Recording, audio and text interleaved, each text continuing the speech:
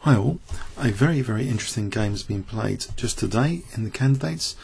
Mamedyarov playing white against Vishy Anand. Let's have a look at this game. Mamedyarov kicked off with d4 and Vishy stuck with his favourite Slav defence, which is a very solid and reliable opening and can create a lot of winning chances, especially if white creates some weaknesses. It's a very stubborn, solid defence, and it can maybe in aggressive players with white encourage them to overextend and create weaknesses.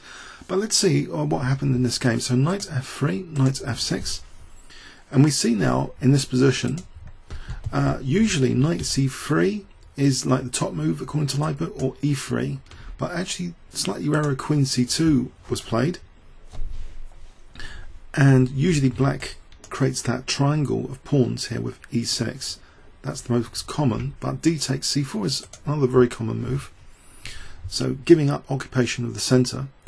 But because e3 hasn't been played, white can't capture the pawn with the bishop, but instead with the queen. Is the queen a bit of a target of attack on c4? Usually black plays bishop f5 in this position, that's the main move, with 1887 games. But Vishy chose bishop g4, which is interesting as well. White now responded with knight bd2, one of the main moves, knight bd7, covering that e5 square, g3, e6. So it's still a solid position for black. The bishop is outside of the pawn chain, not hemmed in by its own pawns on c8, and ready to come to g6. That would be a nice diagonal. Or keep on this diagonal, could be useful for the d1 square if it kept on that diagonal, and might play for e4 later. Bishop g2, bishop e7, and usually white simply castles here. That's the main move, but knight e5 was played, challenging the bishop. That just dropped back to h5 rather comfortably, instead of considering to take on e5. I think taking on e5 is actually a blunder, because the queen's actually justified on c4. After d takes, we have two pieces attacked. So for example, we drop one of them, so that's not such a good idea. So the bishop just drops back safely, and now knight takes d7, and Vishy plays knight takes d7. We're kind of out of opening book. This position looks quite modest, and I think to King's Indian players or Dutch defence players, they'd be thinking, what's all the fuss about playing like this? I think there is something very interesting about this sort of system. It's the bishops and how they can keep out the opponent's rooks. It's not about like pawn chain undermining, which you get a lot in the King's Indian, or going for the king directly like in the Dutch. These bishops can be very useful potentially on diagonals here. So black's pawn structure is not inhibiting them. It's about piece play, piece pressure, and how these rooks are going to get into the game, and the quality of the bishops. If you look at the bishops at the moment for white, this is slightly blunted by this structure. This hasn't got any targets, so many targets anyway. So both sides for the moment castle, and we see now the move knight b3, which looks as though it's playing some sort of useful role, eyeing c5 and opening up the bishop. But is it a target? Maybe it's a slight target to a5 and a4. This prompts white to play a4, weakening b4. And I want to talk about these bishops again. If this bishop is on b4 now, as in the game, bishop b4, this bishop is now eyeing e1, potentially keeping out rooks from e1. And this one is, as soon as e4 is played, keeping out a rook from d1. So if the quality of the rooks is actually reduced because of these bishops, that's a very interesting aspect of this position, which seemingly doesn't look intrinsically that exciting, especially if you're a King's Indian player or Dutch defence player. What is actually going on here? Why would this be of great interest to play as black for, you know, an aggressive dynamic player? One moment though, before we go on from this position, if knight b3 wasn't played though, what else does white have? It seems as though black is fully equalised here. If knight f3, then maybe queen b6. And this looks pleasant because actually there's a backward pawn. We can just target that as black. There's something to do here for black constructively to try and improve the position. So anyway, let's go with this. Knight b3, a5, a4, and we get this other bishop on b4. So already, if you contrast the bishops, it's like the black bishops have slightly improved now, and white in fact extends the scope of the bishop here on h5. And technically, believe it or not, engines actually suggest black is fractionally better. Not just equal, just fractionally better, which is a major achievement with the black pieces. It's kind of difficult to see, you know, how would we like get rid of this bishop to use e1, for example? If bishop d2 instead, then actually I think black can just play knight b6 and queen e7 and just keep a kind of grip on the position like this. That b4 square is still useful. So okay, this e4 opens up this other bishop now. So we've got these x-ray bishops. A very curious situation.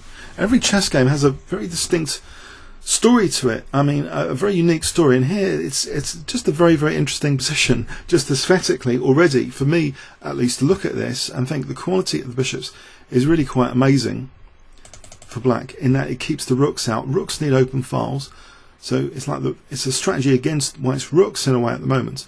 And we see now with black playing the move e5 here. This is a common move in the Slav. It helps fix down this bishop behind its own pawn, and it also kind of encourages the weakening on dart squares for black. If white's going to play something like d5, for example, that would weaken the dart squares. So CD, this sort of position, is actually not very nice. In fact, bishop e2, the bishops are so powerful here that this kind of wins the exchange already. Where is that rook going? Incredible to think the power of the bishops at the moment. Anyway, so bishop e3, e takes, bishop takes d4. At least this bishop is eyeing something of significance, it seems. And Vishy actually plays a move with an interesting plan. I think in the post-game analysis he plays king h8. It actually underpins this pawn, and if black's given a chance, I think black's plan now is f6, and Vishy indicated bishop f7. You can imagine this is a good skewer line for the queen and knight, just to put bishop back on f7, kick the queen away from c4, and it kind of creates a very, very solid impression that black's got no problems, and in fact has got this pawn to work with as a pawn to pressure on that e-file later. Perhaps it's because of this cosy little plan of f6 and bishop f7 that white wanted to interrupt this plan. But this next move is a little bit on the controversial side. I think if white just plays f4 here, let's take f4 as an example. I'm not entirely sure white should be significantly worse. If we went with f6 here, just following this plan for a moment, bishop f7 as an example, I think these two pawns are controlling a lot of key squares, and I think it should be okay for white, this sort of position. The worst is over. White can use that. If this bishop comes back, white can use the d1 square at least, and this position technically looks about equal. But what happened in the game, and this might not strike you as a major problem, white tries to cut across maybe this sort of plan by playing e5. As mentioned in a previous video on this channel, that weaknesses actually create invitations for pieces. By playing e5, the light squares are quite significantly weakened. Is this actually an invitation for pieces? Well, if the pawn has to be supported, or later white follows up with f4, that's potentially even more weaknesses. Black at the moment has got a very lean pawn structure with no weaknesses really of great significance. And black now, with the f7 pawn protected by the bishop, it affords this next move, rook e8, putting pressure on e5 and encouraging a further weakening of white's position, and thus more sort of logical invitations later for black's pieces. White plays f4, so now this whole second row is an invitation later for anything on the second rank. Also, of course, the pawn on f4 is not helping if something needs to be evicted from g4 later. These bishops just look absolutely gorgeous still, the bishop on b4 and h5, controlling these squares for the rooks. Now Vishy here attacks e5, again with f6. And there's a problem here for white. If the white pawn goes forward, so in the game white took, if the white pawn actually steps forward, then knight b6 attacking the queen, and this is quite tricky. If the queen steps back, we just take on e6. Thanks very much, and there's no compensation there really. And if bishop takes b6, then this runs with check, and here white's faced with a very nasty position indeed, because rook f2, just bishop g4 will do, attacking e6. That bishop controls e1. f5 we just take. That rook's pinned. Or even there's other options here, but bishop g4 seems the most incisive. I think Mamedyarov mentions f5, and that's good for black as well in the post-game analysis. This isn't very nice. I think g6, this pawn's going to be rounded up soon, and the bishop controls d1, so rook ad8 is with greater effect than usual. So this pawn is just loose. It's a wonderful position for black, but bishop g4 is the simplest here to collect the e6 pawn. So this makes this very, very unpleasant. This simply this knight b6. So with e6 kind of ruled out, white actually just takes on f6. So he's left with this awkward pawn structure, kind of compromised his king along the second rank with that pawn on f4 instead of f2. So black is already better here. Black is now better significantly after knight takes f6.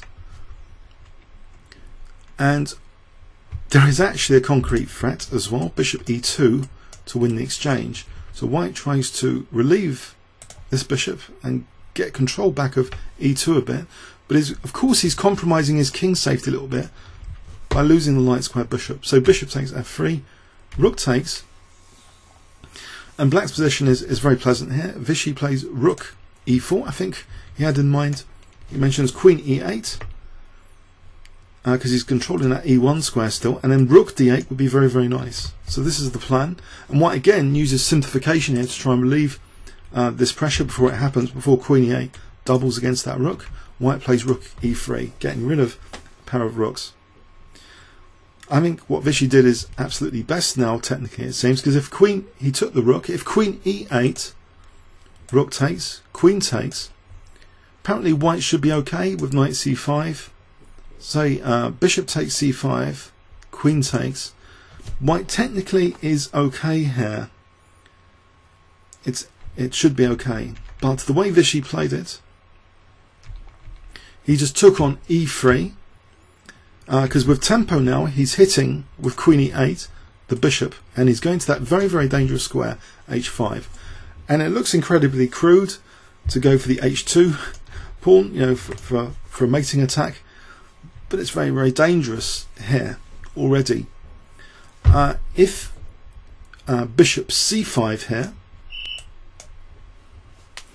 black controls e1, it can control d1 as well with rook d8, and there's some terrible threats going on. If this is taken, for example, we see black having a vicious attack like this.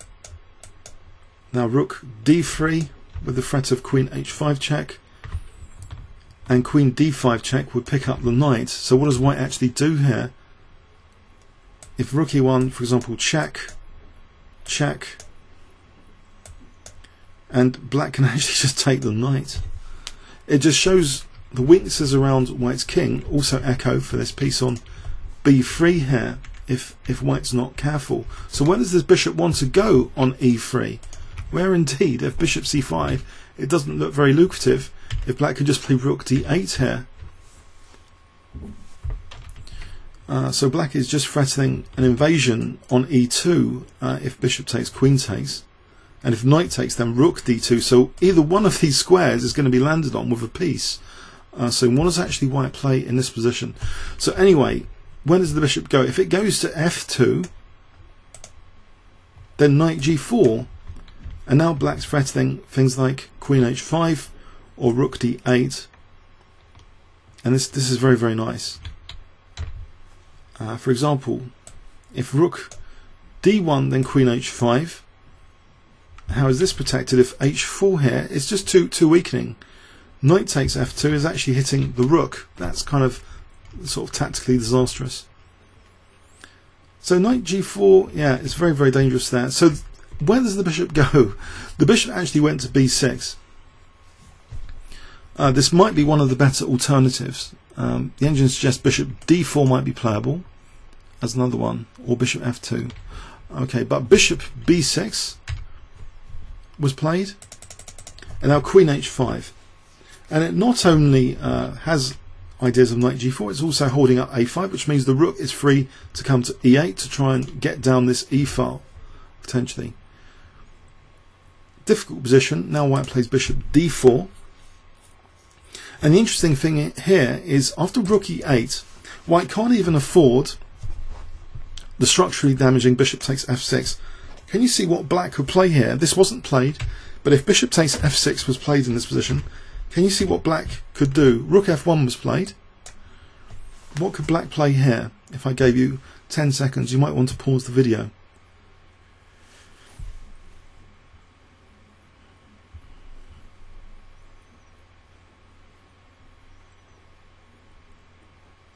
Black could just go for the king with rook e2. Doesn't matter about this.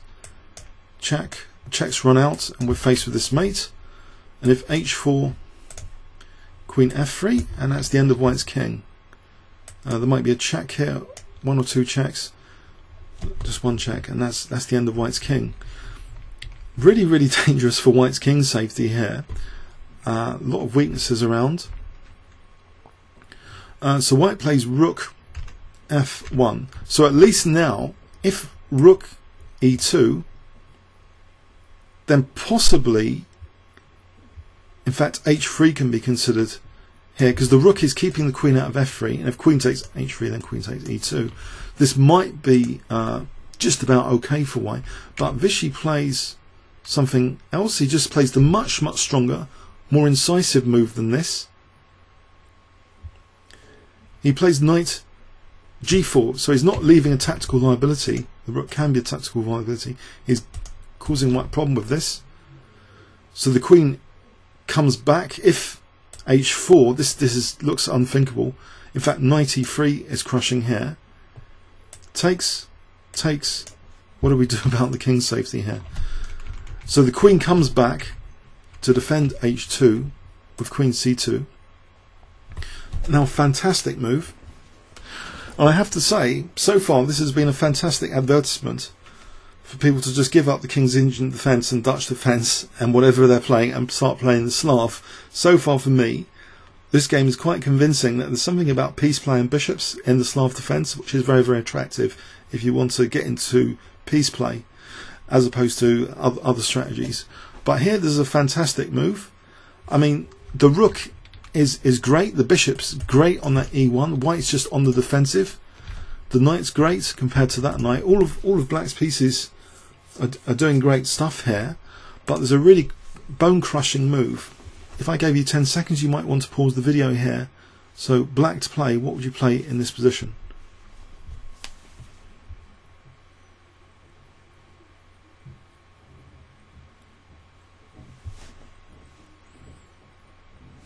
Okay, black played c5. It creates this horrible, nasty pin possibility now. After knight takes c5, I mean, what else can black do? Let's examine bishop e5. Here, even stronger than knight e3. That looks quite natural. There's an even stronger move here than knight e3, believe it or not. Wow. I wonder if you can guess it here. What's stronger than knight e3? There's another pop quiz here. So you don't want to play knight e3 when you've got another crushing move.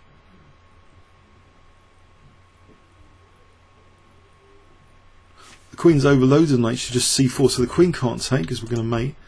And if the knight moves, we've got bishop c5, and black is now threatening all sorts of horrible things. This is another really nasty pin. So this is very, very uncomfortable. If the knight moves here, then queen takes h2 mate. If the knight goes to c1, then bishop c5 check is very strong, among other things. For knight e3, that's even stronger than then the immediate knight e3. It just shows how great black's position is here. So bishop e5 is kind of ruled out. Bishop f2, you might think, well, we just mate on h2, so you might not think that for long. Where else does the bishop go? So white actually takes with the knight though, and black could immediately well, he did immediately pin there. I think this is actually a bit stronger than bishop takes c5, although this is strong as well to get that pin. This should be strong as well. It's a bit similar to the game continuation. So let's just look at the game continuation. Rook c8, much stronger, a little bit stronger, pardon me. So what does white do here? He plays rook d1, going for the back row in response. So black can't immediately win a piece here, because if bishop takes, although it's check, doesn't matter that it's check, because queen takes, and mates here. So Vishy makes a space for his king. To suspend this for a moment, in this position he plays h6, and he is actually threatening queen takes c5, which is check. Lucky that it's check as well. There's a reason for that, because rook d8 might have been as strong as a deflection to win the queen if it wasn't check, but it's actually check. And maybe that's the kind of thing that was hoped for. I don't know. White played king h1, in fact. Now here, if queen takes c5, I think we'll see this tactic. This is backfiring for white because of rook d8 check. So the queen's loose here. So this would be winning for white. But black has much stronger in this particular configuration of pieces now. Can you see what black can do now instead of queen takes c5, which is the game? Black didn't need to play anything because white actually resigned here. So can you see the absolute crushing move for black? In fact, there's two crushing moves which will do just the same here. They're equally kind of crushing, over 10 plus 10 for both of them. If I gave you 10 seconds in this position, Vishy didn't have to play this move as white resigned. So 10 seconds starting from now, what would you play as black? 200 points for each option.